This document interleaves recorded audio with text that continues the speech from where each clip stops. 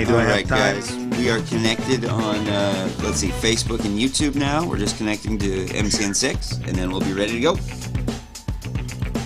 I'll let you know. You sure should run down there, man. Can I? Yeah, hold on. Yeah, you can do whatever you need.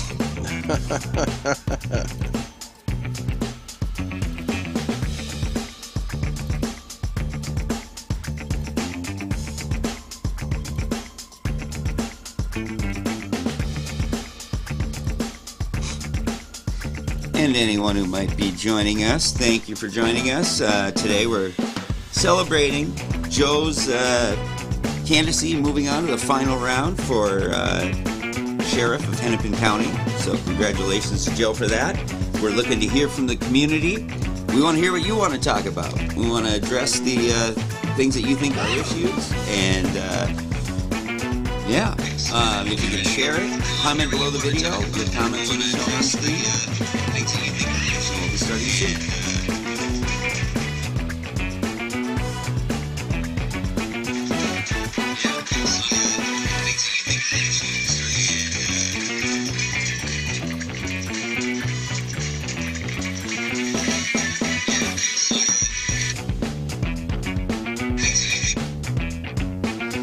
And whenever you guys are ready, or whenever Beeks comes back, we're good to go. Okay. How come I don't see it on mine?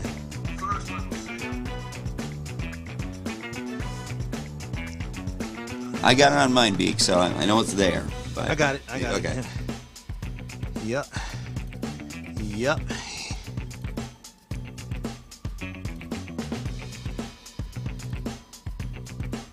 Where did you watch the results come in last night? Anywhere special, or do you just kind of... No, I was at home. Yeah, I was pretty much at home too. Taking a long evening Man, stroll. you guys are cool under pressure. You weren't... Man, I'd be pacing the floor. For real. I don't know. Even though it's out of your hands, but... Yes. It's in the hands of the people. And I believe in the people. Yeah. Well, I'm eager for them to hear your message one-on-one, or whatever, on a, like, more focused, I mean.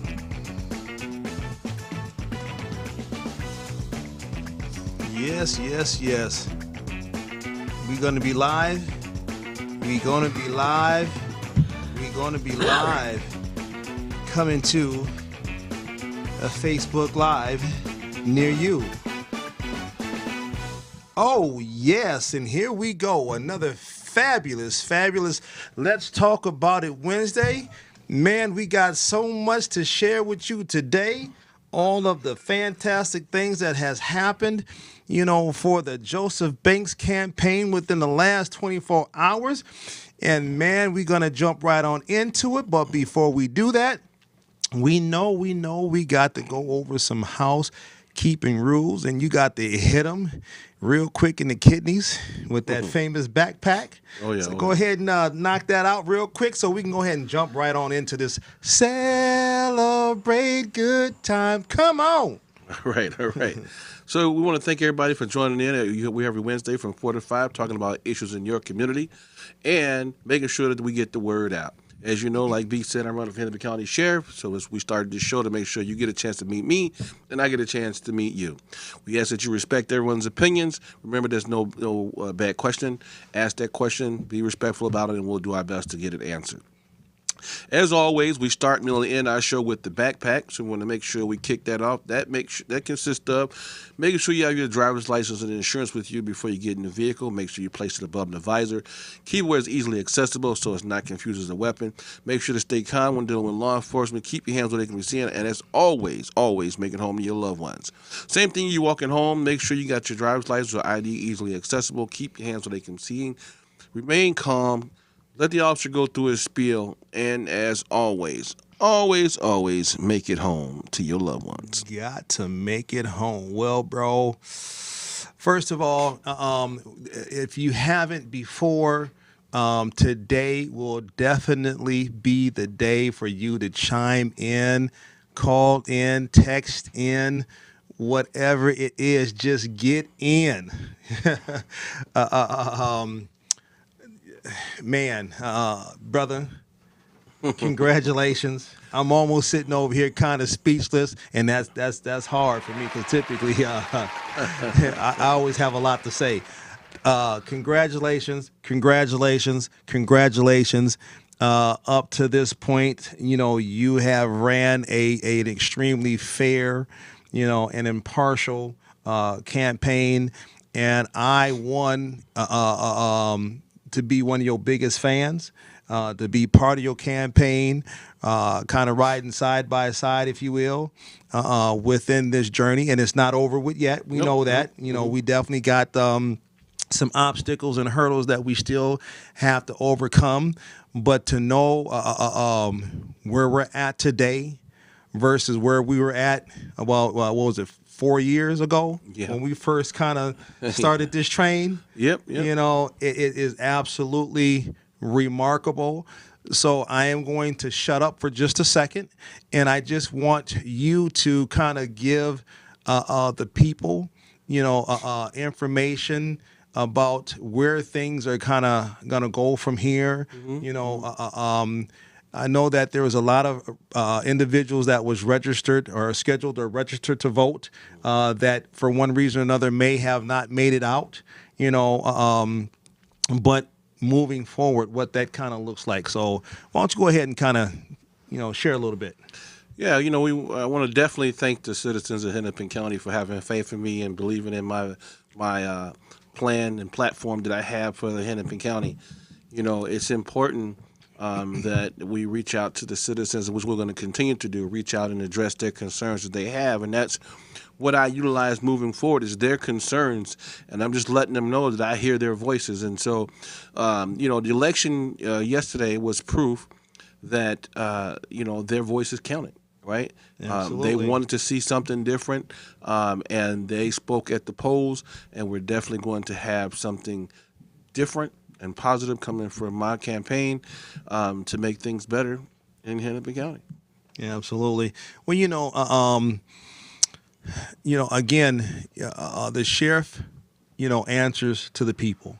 You've seen a lot of various endorsements out there from some big entities and things of that nature, and that's fabulous. Mm-hmm. Absolutely fabulous to get, those endorsements, but the real endorsement kind of comes from you, the people out there. Correct. The sheriff is the one who answers to you. You are the ones that can come in, and have input in order to have more of a positive impact on the outcome.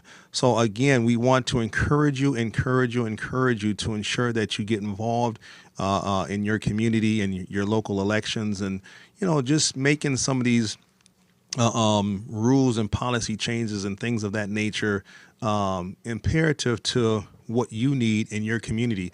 There are so many individuals within various parties, and that's why we chose to run independent. That we don't have to, coincide or mirror, what someone else's outlook is for you. So many people are making choices and decisions and things of that nature for you, for your community, for your kids, for your schools and all this other type of stuff. But a lot of these individuals, they don't have any true investment in your community. They don't live in your community. They don't shop in your community. But yet they're making these policies and procedures and rules and regulations and whatever else have you, for your community. And it's just, it's just not fair, and that, again, is why we chose to run independent. And again, I'm just kind of overwhelmed and just pleased. And I'm just so excited and happy, again, knowing where we come from like 4 years ago to where we are today. And what the next, 5 or 6 months, for us is going to look like. I definitely wanted to, just throw out a congratulations, to Ms. DeWanna Witt, Yes. with the Hennepin County Sheriff's Department and her victory as well. We still want to say, congratulations and thank you for Jai. I don't what's Jai's last? Hansen. Jai Hansen, for his involvement, within this whole campaign and running for Hennepin County Sheriff as well. You did a fabulous job, and we still look forward to speaking with you further, down the road and seeing how things can kind of look, even moving forward. I mean, these individuals who are running for these various positions, we're not no strangers to each other. Right. We know exactly who we are and kind of what we can do and how we can do it. And again, working together, working in unison, we can accomplish a lot more together. Yeah, I mean, like you said, I do want to say thank you to and congratulations to Dewana Witt. She I've known her for years. We're good friends. And so, I look forward to us outbesting each other, right? Because, whoever gets the best will win. But at that point in time, it's a good feeling to be going against somebody who you know and respect. Absolutely. Right. And so I'm looking forward to us out there on the trail. We both want to bring some positive things to Hennepin County. And I think that it's going to be a good race. I see this as, like a game 7 between the Minnesota Timberwolves and the Memphis Grizzlies, So, again, man, congratulations to you. Again, congratulations to Miss Witt and also to Jai, even though that he is, no longer within the running moving forward. But I'm sure that he will still continue to do some great things within his agency that he currently works for, and that community, and things of that nature.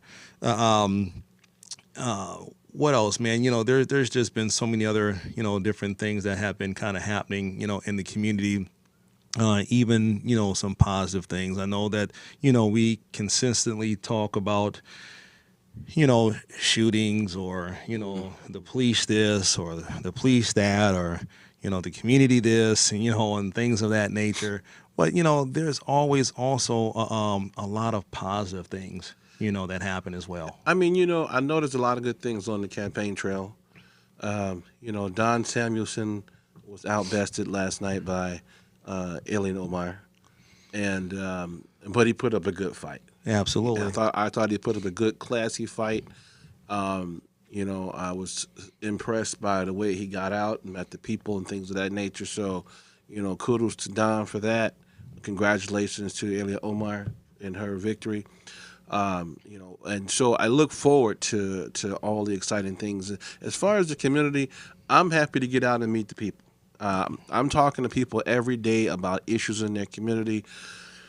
Real quick, I mean, I know there's some positive things you want to talk about, but there were some parents that actually got to me this week, and there was 3 incidents that they wanted to talk about.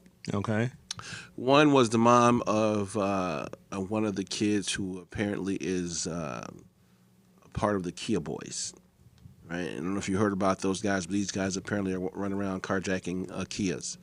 So she wanted to talk about that, and her concern was, she's not advocating that the stealing of cars and violence is good, but she did not want to see her son die in a police chase. And so we talked about that a little bit and what that could look like moving forward to try to resolve a situation like that. So I'm sorry, can I ask a couple questions? Because I haven't heard about this. Yeah. How old is her son? Do you know?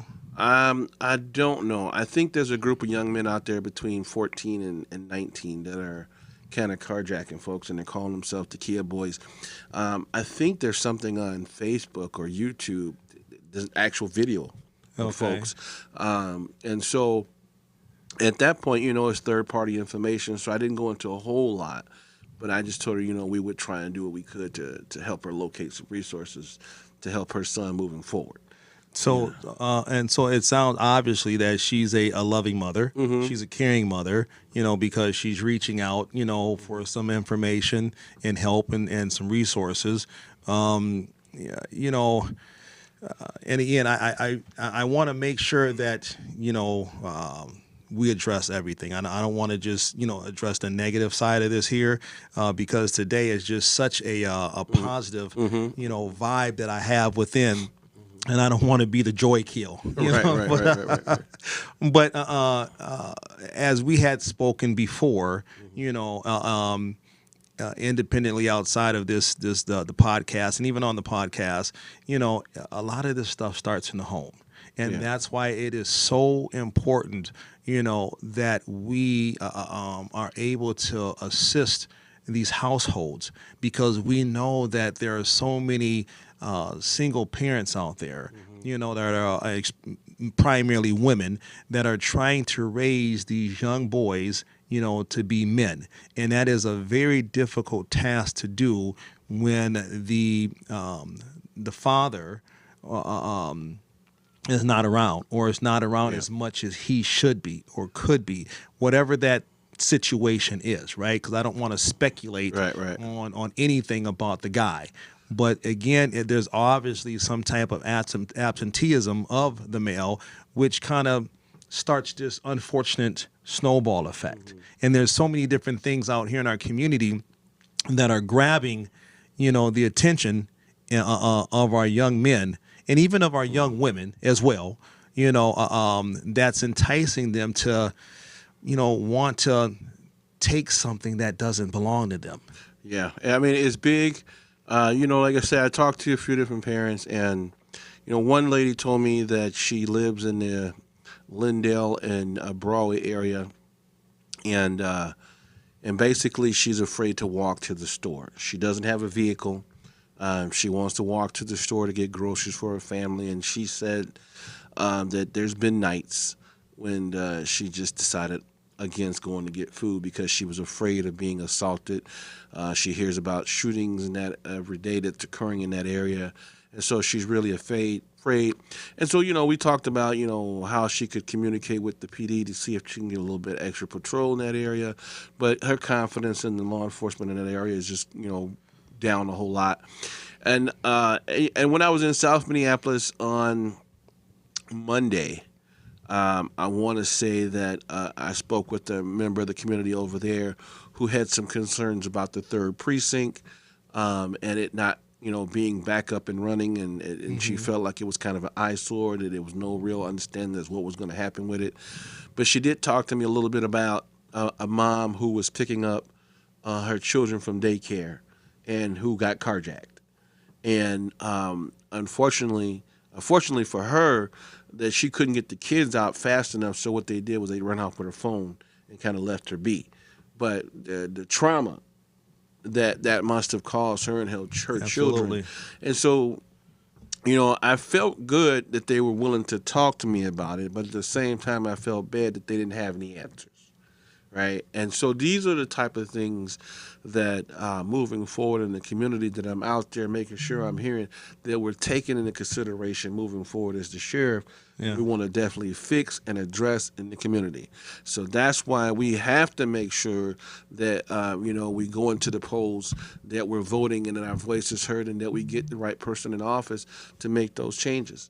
My team and I, we have a plan. So, it's important. It's important, but I do want people to know that I do hear you, and I'm always willing to stop by and listen to your concern. Absolutely. And I will say this here, because I know that part of his plan, a good portion of his plan, involves you, the community, Yes. and a outreach team that will be part of the Hennepin County Sheriff's Department to get out and meet with various individuals, business owners, homeowners, just residents in general, to ensure that we are understanding, what the need is, and being able to provide those the information and those resources, to those communities, because each community, although that it may be experiencing some of the same or similar trauma, there's always going to be just a little bit of a different need, a little bit of a different twist on that need, so again, when and Joseph Banks gets into the position of Hennepin County Sheriff, he cannot do this alone. All right. You have to get involved. It's almost like your duty, to make sure that you get involved, however that looks for you. There's going to be plenty of opportunity for folks to be able to have their voice heard, and these months that we have in front of us, will pass by so fast, and we just want to make sure that you are part of this train. It's so imperative, and the only thing I can say is I hope that we are able to provide these individuals, with some answers and resources to better help them, for the communities in which they live. I do know that there has been, thousands upon thousands of dollars, that have been provided, to various entities to help, with some of what you're talking about, to ensure that, these residents and community members, can walk to the store, after dark. I mean, we know that in basically a short 90 days, it's going to start getting dark about 5 o'clock. And we know that in most cases, not that it hasn't happened during the day, but again, these incidences like to be concealed by darkness, right? So I'm hoping that we can definitely provide them with the services. Yeah, and I mean, resources. I want to see a little bit more police presence in the area of Glendale and Broadway. But isn't that where Hennepin County? I'm sorry. The State Patrol is also supposed to be providing some extra patrol on Fridays and Saturday nights. Is that still going on, or? You know what? I believe it is, but I mean, I'm not sure how back to back those patrols are. I'm hearing that they're making some good stops and getting some decent arrest off those DWIs. They recovered a few guns in certain areas, but I want to make sure that we're targeting those hot spots that we know for sure are hot spots with more police presence, just as a deterrent factor, right? So we want that presence in the community so people know that even though it's a rough area, it's a little bit better because there's the presence there. There's less of a chance of being accosted. I went over to visit the area. I know exactly what they're talking about. I see the people sitting in the cars, kind of hanging out in the AutoZone parking lot area by Walgreens, over in the Cubs, and then over at the liquor store there. And it does look kind of bad. We've had quite a few shootings in those areas, so we really need to make sure that we get a little bit better police presence. So whether it be Minneapolis police or the sheriff deciding to overlap what Minneapolis have, plus with the State Patrol, if we collaborate and get those three entities in there, then we should be fine. Absolutely. Right? So, I think that you had said this best quite some time ago, is that, working together, is so easy, but yet it's so difficult because entities and individuals are so concerned about what they're going to lose, or what somebody's going to try and take away from them, or what they feel that they might have to kind of fight for, versus what we would be able to accomplish working together. And again, if we are truly for the people, about the people, and doing the right things, for the community, et cetera, as we claim, as we're applying for these grants from the city and the county, and you're being awarded all of this money and so on and so forth, it should not matter. You should still be wanting to go out there, even if you didn't get that grant. Right. And I want to suggest for the city, they don't have to take me up on it, but I want to suggest for the cities that we either build or collaborate to create a place where those resources are located in one building. Absolutely. The reason why I say that is because it's okay to have these separate entities that we have, but we don't have any representative from each one of those programs in one roof. And so people have to kind of figure out what organization does this, what organization does that. We really need to have a building that houses at least one representative from major community organizations that are already doing a good job, to be able to access that information.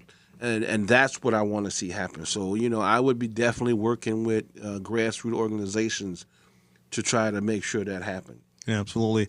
Well, up on the board, I'm sure you guys will kind of see various data that's being put up there, various information that's being placed up there when it kind of comes to the Minneapolis Police Department crime map.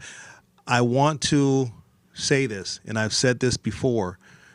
This is not to bash the city of Minneapolis. This is not to bash the city of Minneapolis Police Department.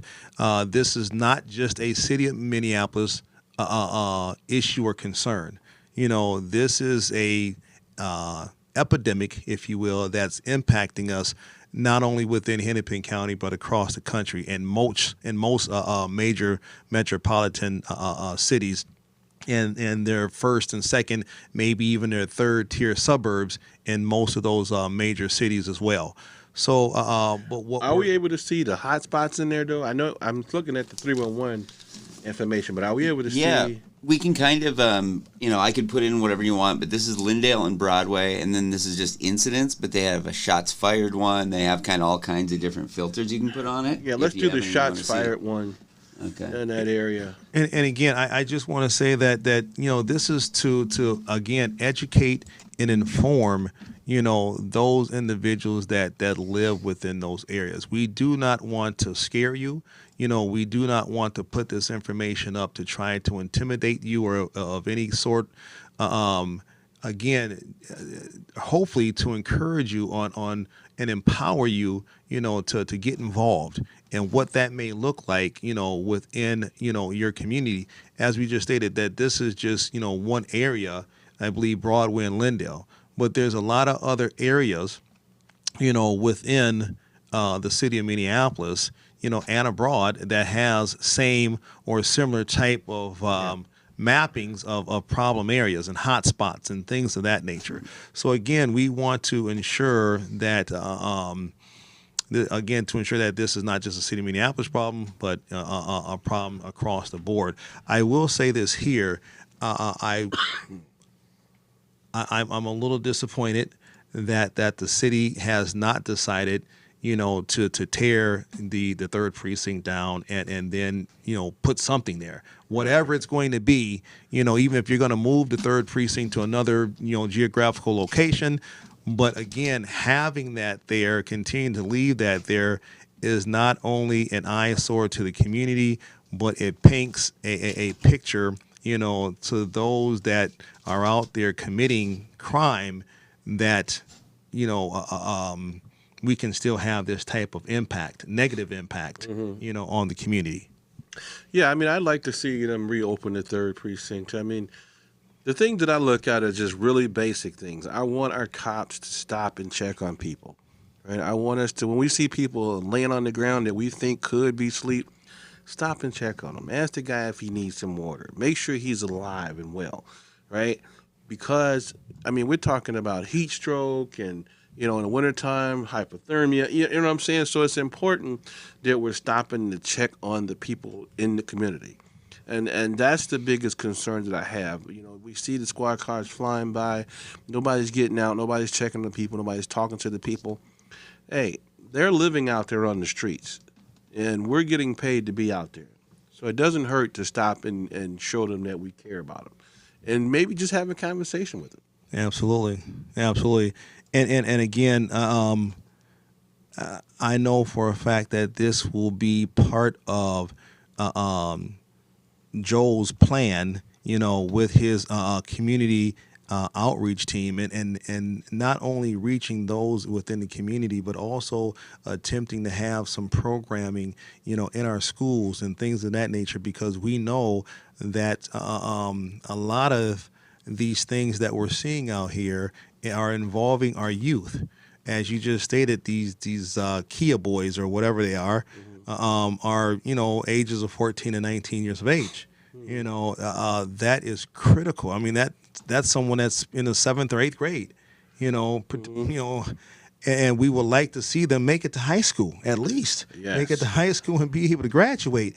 What I told her mom was basically, Chasing down guys who are stealing cars is very dangerous for both the police and the community, Absolutely. and the young kids involved. But we need to figure out as a community where they're taking these cars to, right?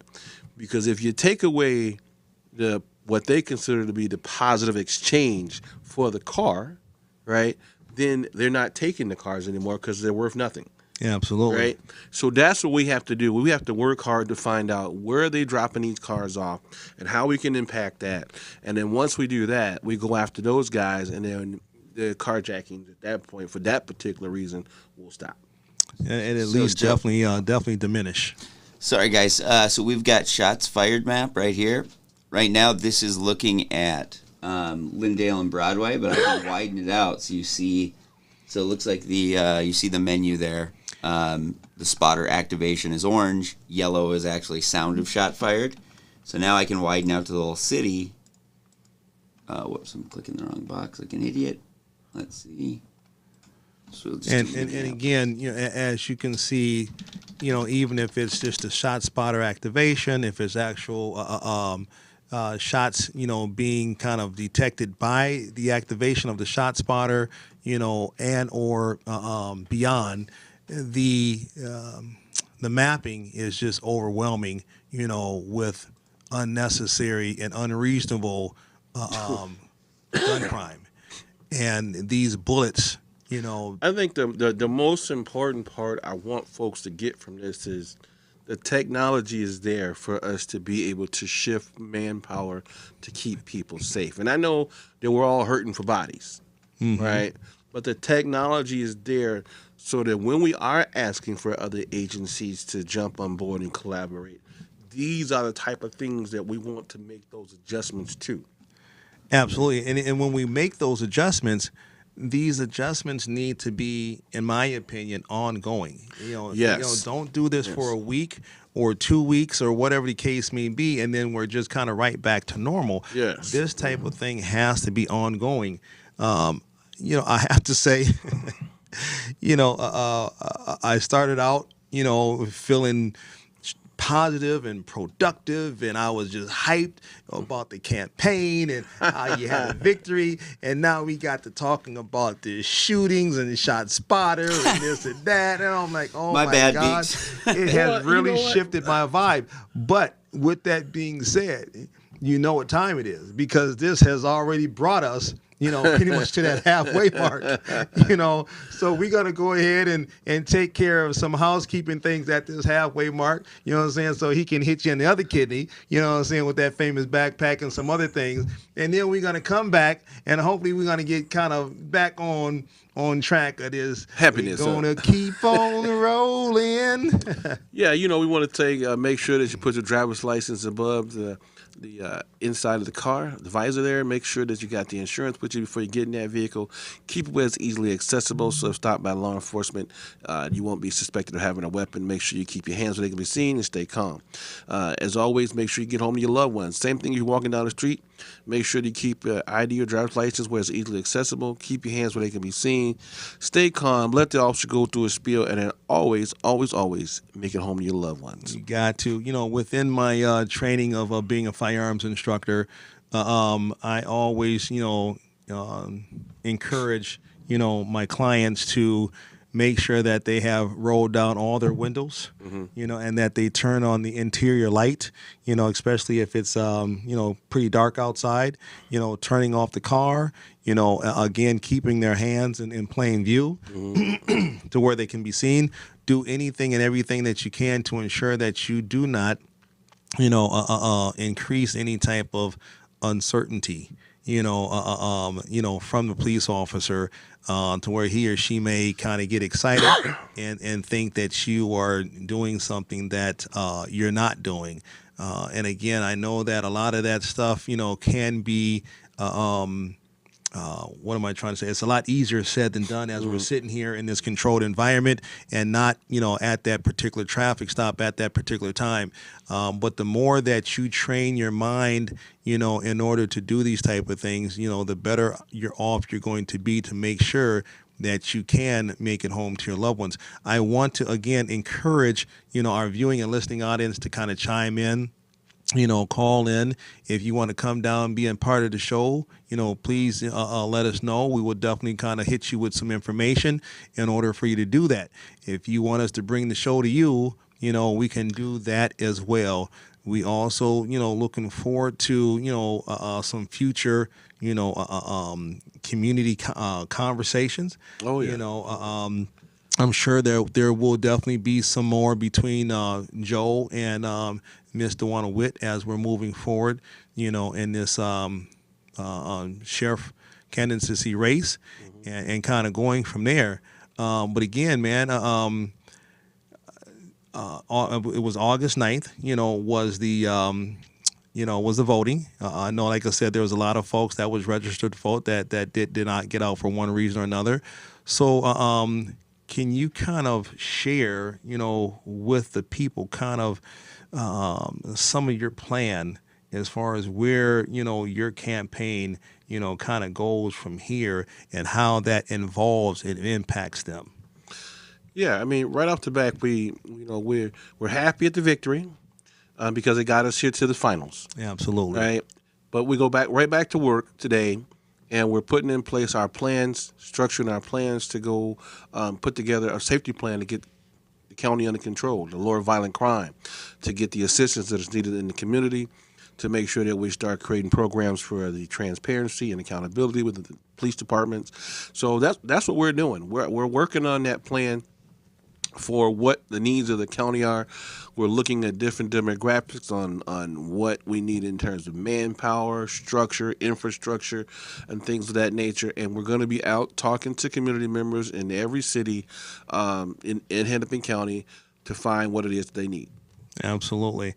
And again, I can't stress it enough on how important it is for these individuals within your communities, to get involved in what you want to see as far as public safety and just other things that are happening, within your community.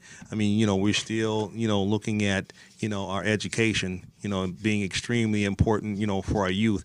And that is a huge demographic, that we want to be able to speak to. Because, Right. We know and believe that, our youth, is our tomorrow's leaders, and we wholeheartedly believe that even when, these 14 and 19-year-old young boys, these Kia boys that are out here stealing Kia's vehicles, they're typically, not bad kids. They're just making bad decisions based off of misguiding and misled, information from older, individuals, whom are, basically profiting off these young boys. Yes. And like I say, it's important that you get involved with your kids, know what's going on, be accountable. No, this mom, she was in a position where she felt like she didn't have the actual answer. She was worried about her kid. She wanted to make some better choices or help him make some better decisions. But, she didn't know exactly where her standing was. And that's frustrating for a parent because, these young kids, they're big enough where they can fight mom. They can do all kinds of things.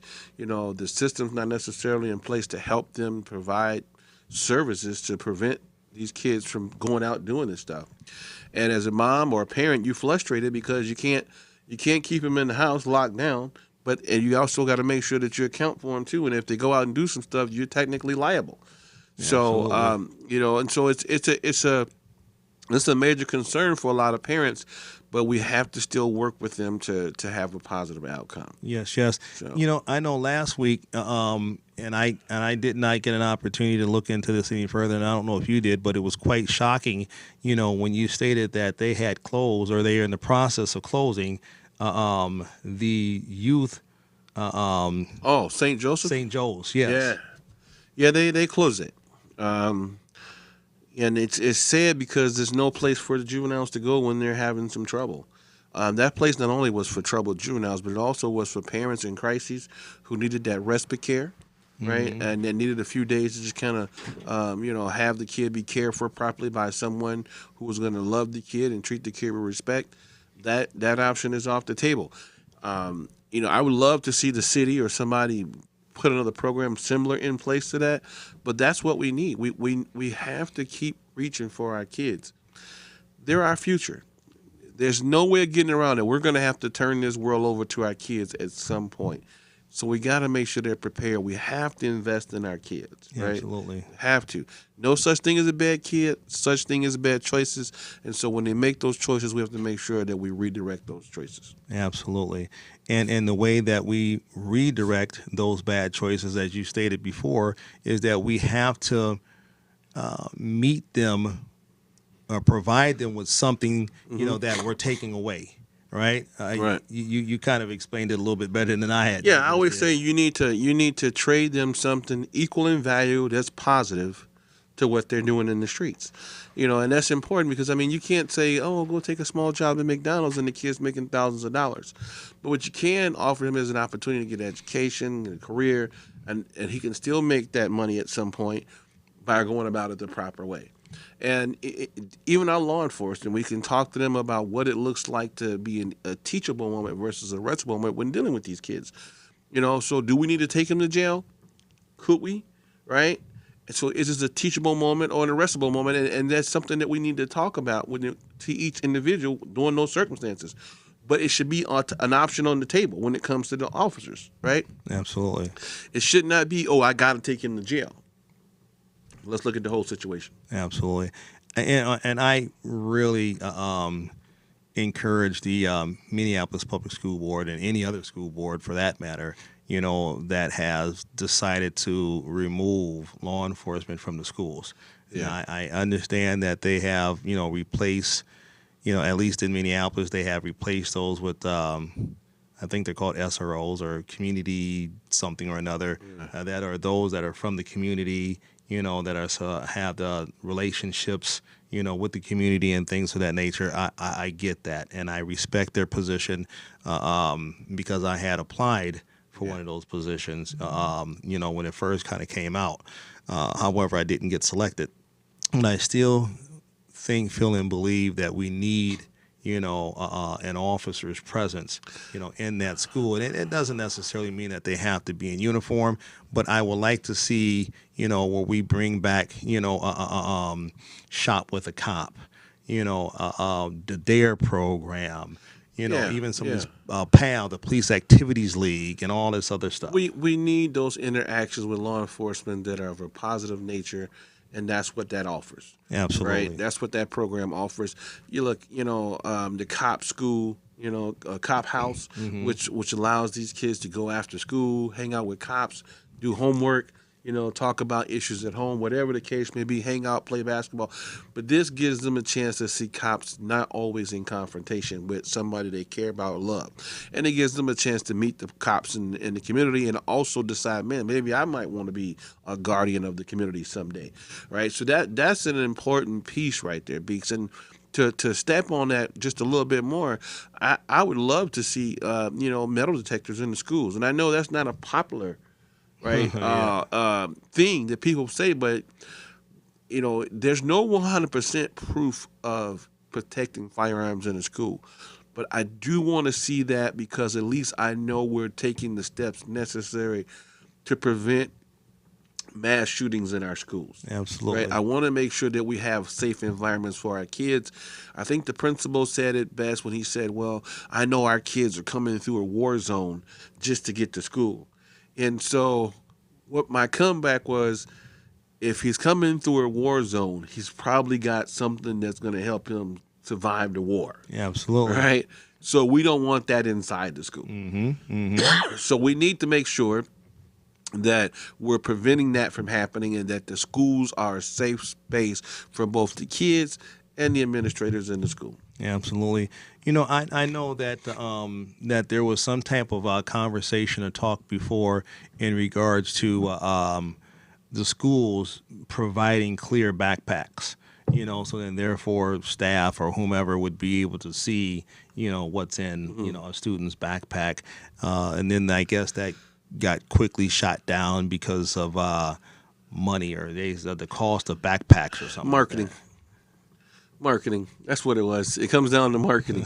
They couldn't figure out a way to make it cheap enough for the schools to make it affordable. And I mean, when you look at that, I mean, we're spending all kinds of money on everything else. We don't want to invest in something that's going to keep the kids safe. I mean, it's important, and that's the thing. I don't want to wait till some kid has been shot in the school. I don't want to wait to that. I want to make sure that we're preventing that. I want to make sure that, like you said, if someone does come to that school and come through the metal detector and they have a firearm, because that's the other part of it, right?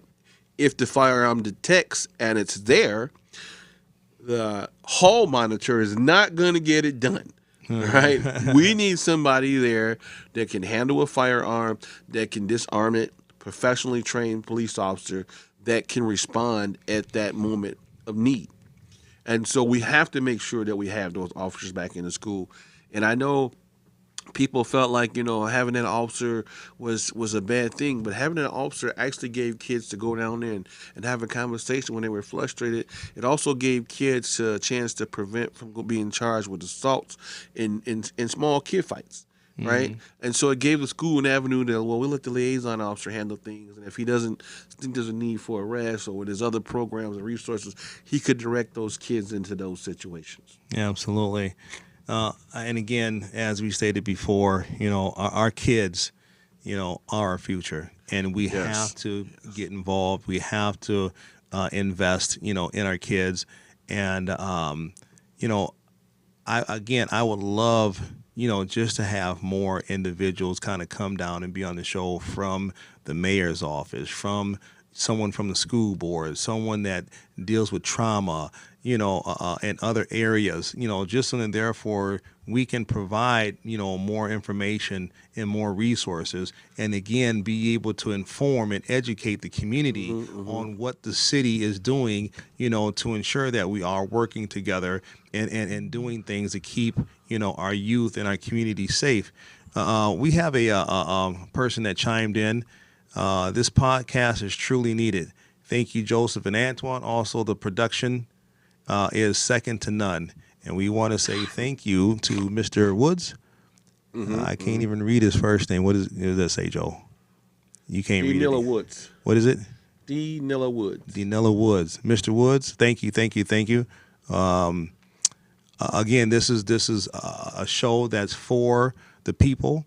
Even though that this is a for Joseph's grassroots campaign, but again, this is for you, the people. Again, win, lose, or draw, we will be here every single Wednesday. And that mental health piece, I know you spoke up on that. I really, really want somebody to come down and talk with us about that mental health piece. Absolutely, because listen, we have a community that's traumatized. There is no doubt that we have a lot of people that's living in trauma, suffering from PTSD in our community, either through gun violence, physical assaults, things of that nature, because of seeing someone dead on your in your parking lot or your sidewalk, or hearing that somebody had gunfire right next to your home, or the fear of going down to the grocery store.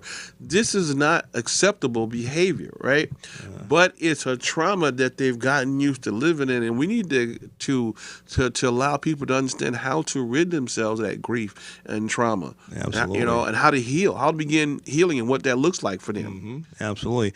I know we had another person kind of chime in, but what I'm going to need our back office back there is, can you make that a little bit larger? Because these lights, I'm getting old. These lights and stuff is killing my eyes in here.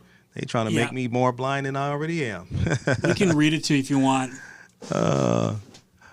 Ready? Okay. So it says, I have something, not a question per se. I live in Minneapolis, Lagoon Avenue specifically. I feel generally safe around here, but one thing I just can't get off me is my distrust in the police. For example, every now and then there's an officer at Lund's, and I walk past the officer very quickly and with very little contact. I just want to remain hidden from their gaze. I can't be the only person feeling this as well. What are your thoughts on this? Well, I'm going to let Joe speak on that first, and then I think I'm just going to go ahead and just kind of kind of fall in on his coattail just a little bit. Listen, you're not the only one that feels like that. People are kind of afraid that if they make contact with the police, for some reason, there's going to be a shakedown or harassment of some kind. But listen, the first step is acknowledge that he's there and say, "Hey, how you doing?" And just speak. Because, he's feeling the same way, most likely, like, oh, my God, he's thinking I'm over here to harass him. And probably the guy is just on a break, right, and looking to relax a little bit. So definitely engage with the officer, speak, don't be afraid, and say something to him. Absolutely. I think that, you will be able to have a better understanding to make a better sound decision, on how you should feel about this particular officer, because they're all not the same. Trust me, I was there with Minneapolis for about 15 years, and I can tell you firsthand, I was nothing like Officer Chauvin. Absolutely not. So again, take the few minutes, just to speak, engage in some potential casual conversation, just as long as that officer is not, busy, doing something else, as far as some type of theft or anything like that there. And I guarantee you, bad or good, you are going to have a better understanding of what to think about, or when it kind of come to dealing with that officer. But I guarantee that is not the only officer that's working or going to be chilling, at that Lunds. And just because you have a bad experience with that one, doesn't mean that you can't, have another interaction, a more positive and productive interaction with another officer that you see. But again, we understand, we acknowledge, your concern. It's wholeheartedly, especially with everything that has been happening throughout the country. But it's just like any other fear. You have to face it in order for you to. And don't be afraid to tell the officer, kind of how you feel. You can be respectful and say, hey, I don't mind saying hi to you, but I have some concerns with the officers in my community, because it helps him do a better job of being more personable in your community. Absolutely. If he feels like he can talk to the community members, he can do a better job at customer service. Yeah, absolutely. Real quick, man, we're kind of getting down to the end. And remember, I said earlier, there are some things that, we wanted to stay live, and we wanted to stay positive and upbeat, but it's okay. You know what I'm saying? Things happen, and then we have to kind of adapt and adjust on the fly. But I do know, before we leave, we have one last question that I want to give you the opportunity to kind of answer, because we do know that you did take some time to kind of go out there. And even though that security was called on you and they was about to take you down, they was about to take them down, y'all. But you did have an opportunity to interact with a security officer. And the question is what do you know about the MOA shooting? This stuff is out of hand. So tell us a little bit about your own experience and so on and so forth when you went out there. Well, what I know is it's a still ongoing investigation. There's been a couple arrests made, and folks that have kind of aided and abetted the shooters evade being arrested.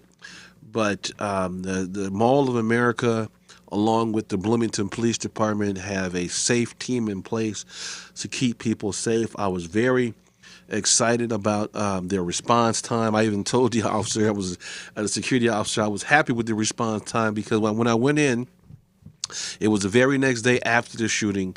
I wanted to get a feel for the heightened sense of security, that they were doing the necessary steps to keep people safe, and I was very impressed. I got in, I was probably there like 10, 15 minutes. I was on the fourth floor with my tripod, looking over, taking a few photos. They got a report that somebody was in there with a tripod, kind of looking around, or they thought it was suspicious.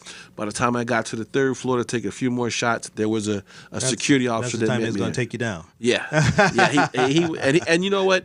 Once I explained to him what I was doing, he was very polite and professional. I even interviewed him for a hot second, and we were able to get understanding that they're working collaboratively with the Bloomington Police Department to keep people safe. And as you know, we all go out there with our kids. It's an international mall, so we definitely want to make sure that people know that the Mall of America is a safe place. This was an isolated incident involving these individuals, so there's no threat of somebody getting shot there at the Mall of America. Absolutely.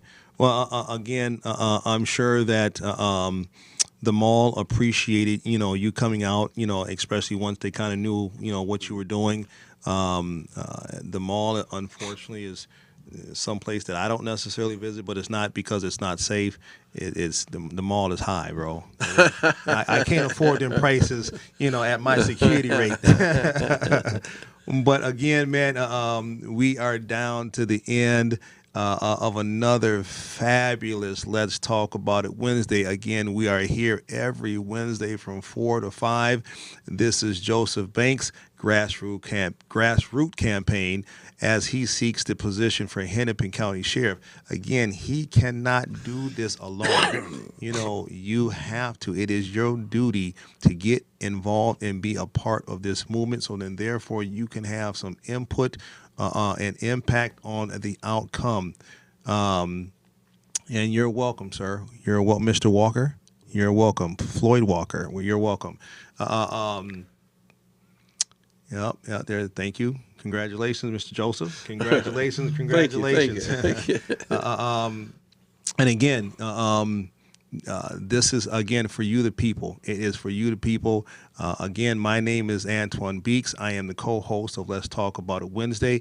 I am a owner of a security company, Westport Protective Services. You can visit us at westportsecurity.net. You can email me at abeeks@westport-mn.com. That's my email, I'm sorry. Now, you can call me at 612-978-6066. Again, 612-978-6066. Again, that is WSC Protective Agency. I am also a firearms instructor. We have 3 different types of classes: a familiarizational class for those that have little or no shooting experience. Then we also have a permit to carry class for those that are, looking to, be a legal and responsible gun owner. And then we also have our renewal classes as well. And you can call me at 612-702-9849. Again, 612-702-9849.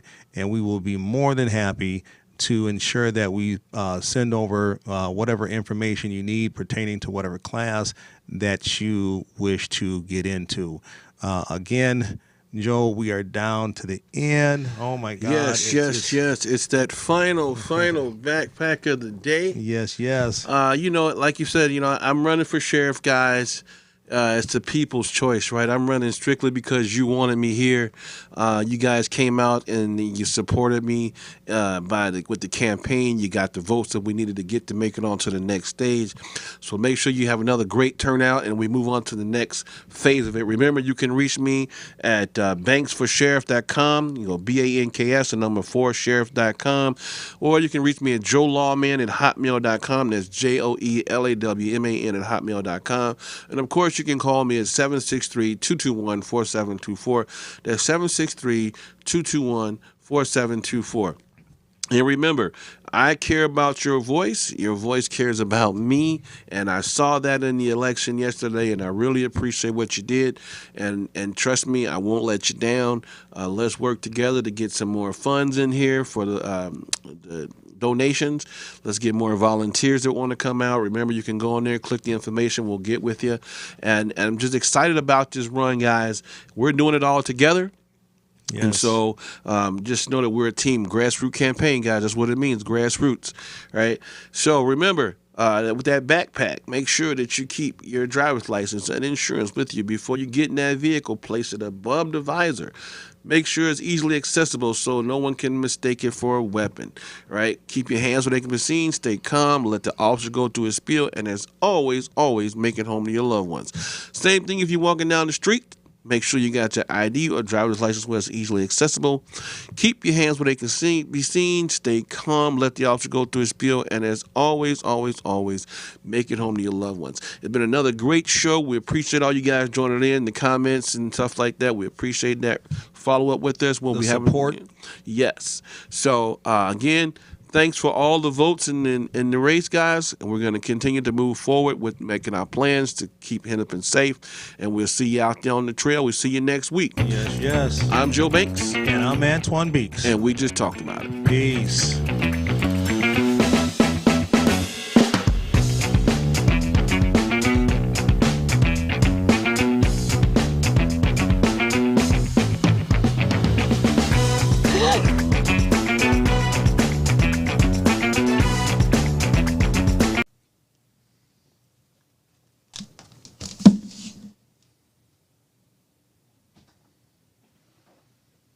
Oh, yeah, sorry.